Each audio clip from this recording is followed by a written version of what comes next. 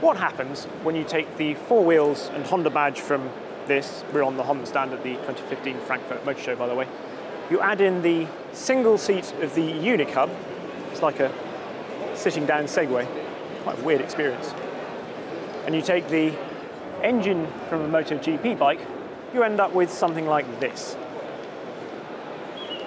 This is the Honda Project 2 and 4. It looks utterly crazy, and with me I've got the car's designer, Martin Peterson. Thank you very much for joining us. Yeah, thank you. Well, I don't know where to start really, but perhaps we should start with the power plant, I suppose. Let's start with that. It's a V4 1000cc, 212 horsepower at 14,000 RPM. And it's lifted from our RCV Moto GP replica street version bike. So that's a pretty exciting engine to start with. It sounded absolutely incredible. Yeah. And the gearbox is not a motorcycle gearbox, it's a dual clutch gearbox. It's right? a DCT box, yeah. Okay, and through paddle shifts on the back of the steering. Exactly. And then the chassis it looks presumably like a sort of a backbone spine chassis. That's exactly what it is. It's an aluminium hybrid backbone, something that we are quite familiar with on the motorcycle side. And it very much dedicates or decides what you can do with the rest of the car.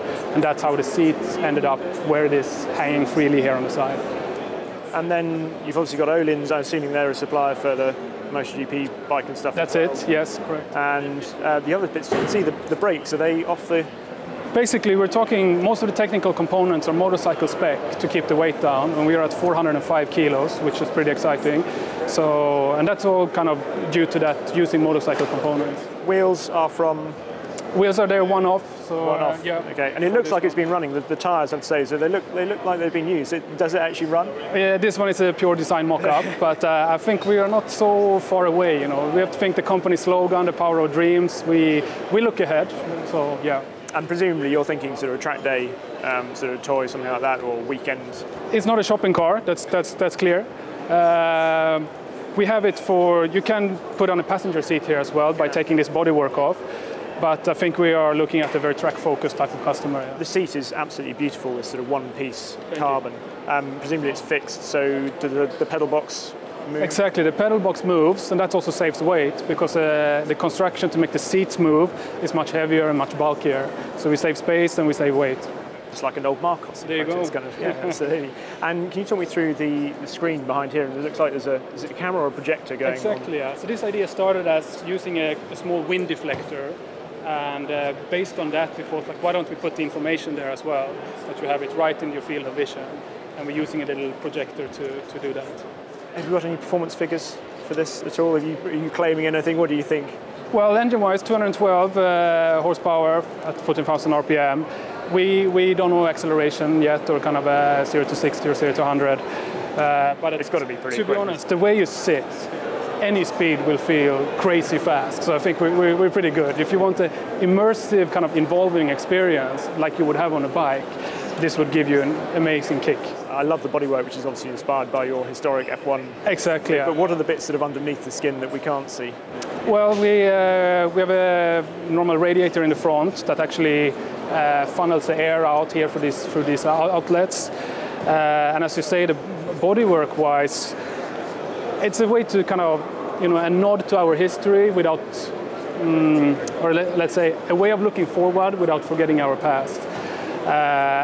And really bringing the two sides together, because we have the motorcycle side and the car side, and we rarely do something really, really tied together, but this time we've done it, so yeah. And I suppose the only other thing is aerodynamics, because it's beautiful because it's so pure in a way without the aerodynamics. Did you think at any point of putting a wing on the back or the front or doing anything? A wing wouldn't, a wing does something clearly, but this carbon fiber underfloor does much, much more. So we can generate quite a bit of downforce by that. Yeah, that's the philosophy basically. Keep it simple and use the underfloor. Excellent. Well, I really hope that we actually see it on the road. Oh God, me too. And thank you very much indeed. Thank you, thank you. There we have it, the Honda 2 and 4. I imagine it must have been born out of a certain amount of sort of envy and sort of frustration at looking at what Ariel does with the Atom and wanting to do something similar, not just this mash-up between the car and bike departments. I hope it makes it onto the road. If nothing else, I want to hear what sound comes out of these absolutely beautiful titanium exhaust, because Moto GP right around the track does sound phenomenal. So the idea of seeing this howling down the road is really pretty special indeed. Let us know what you think on Facebook and Twitter and in the comments box below. And yeah, would you like them to build it? Simple question, really.